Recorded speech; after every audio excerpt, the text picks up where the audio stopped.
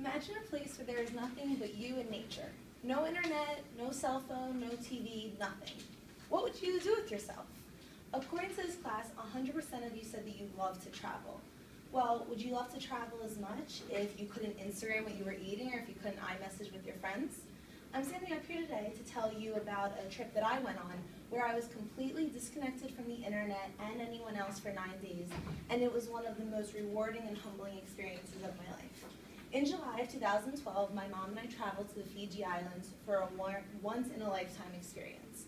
Now I'm standing up here today to tell you more about my experience. I'm going to go through some fun facts about the island of Fiji itself, what I did on my trip, and why I walked away with such a humbling and rewarding experience. To begin, we're going to talk about some fun facts about the island. So, most of you knew where the island of Fiji is located, but it's located in the Southwest Pacific. It's about a 4-hour flight from Australia and New Zealand, and a 10-hour flight from China and Los Angeles. On the Fiji travel website, they said that it's one of the most isolated islands in the South Pacific. It is mainly known for honeymooners who want to get away and have a romantic time, all by themselves, disassociated from society. There's tons of activities to do, like any other island you would expect. It consists of scuba, snorkeling, diving, hiking, relaxing on the beach, and of course they have spa-related amenities anywhere on the islands. They speak their own language there. It's called Fijian. They drive on the left side of the road like Australians and Europeans would do, and they have a very simple and pure way of life. The most interesting fact that I found out about Fiji when I went is their trash disposal system. They actually get their trash in clumps together and burn it because they have no other way of getting the trash off the island. So imagine if you're flying in a really tiny water airplane over an island and see about 7 or 8 fires going up in wooded areas. I can say it was a little disconcerting, but once I learned about it, I wasn't worried anymore. So to get into more about my experience on the island, we're going to go to my journey. So in my first speech, I told you guys how I'm from Philadelphia. So the trip from Philly to Los Angeles is already tiresome, and then tack on another 10-hour plane ride, and then a 2-hour little water airplane to get to a small island in the Mass Fiji Islands.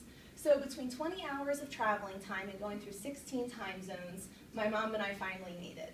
And when we first landed, this was our first image that we were able to see. Obviously, it is a piece of wood, and carved into it, it says, "Welcome to the airport." If you, on the other side of this picture, which you can't see, we landed on a strip of dirt that was maybe, I don't know, 2 miles long, and then it dropped off into the water. So landing was a little stomach-wrenching, but you get used to it, maybe. So we landed, and this was our first glimpse at Fiji, but the rest of the island looked nothing like this.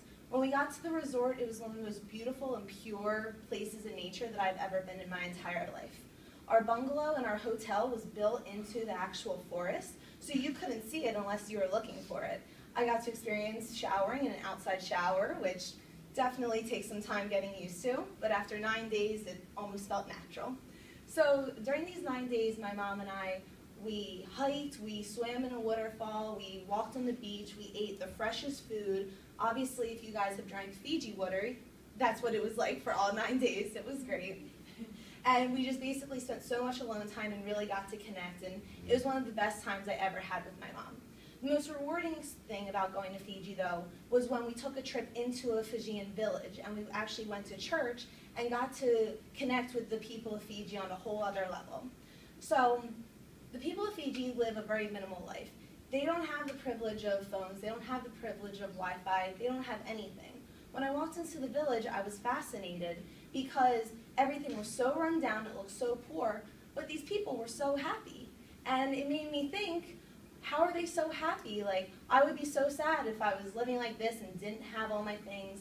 And that's when it hit me where you don't need these things, you don't need the internet, you don't need society to be happy. They were so happy and so comfortable just being with themselves and being with nature and being in a community that it really makes you stop and think that you don't need the internet, you don't need these things to rule your life. So Dr. Nora Valco, the director of the National Institute of Drug Abuse, she said, "Over time, with enough internet usage, the structure of our brain can physically change in a negative way, according to a study that was done in China. learning this and then thinking about how I felt when I was on the island, it really made sense to me. When you disconnect yourself from society, when you disconnect yourself from the internet, you really get to get back to who you are truly with your own personal morals and values, and you learn that you don't need these things to be happy. You don't need to see what your friends are eating or what celebrities are doing. If you connect with a place in nature, then that's what makes you most happy, in being around the people that you love.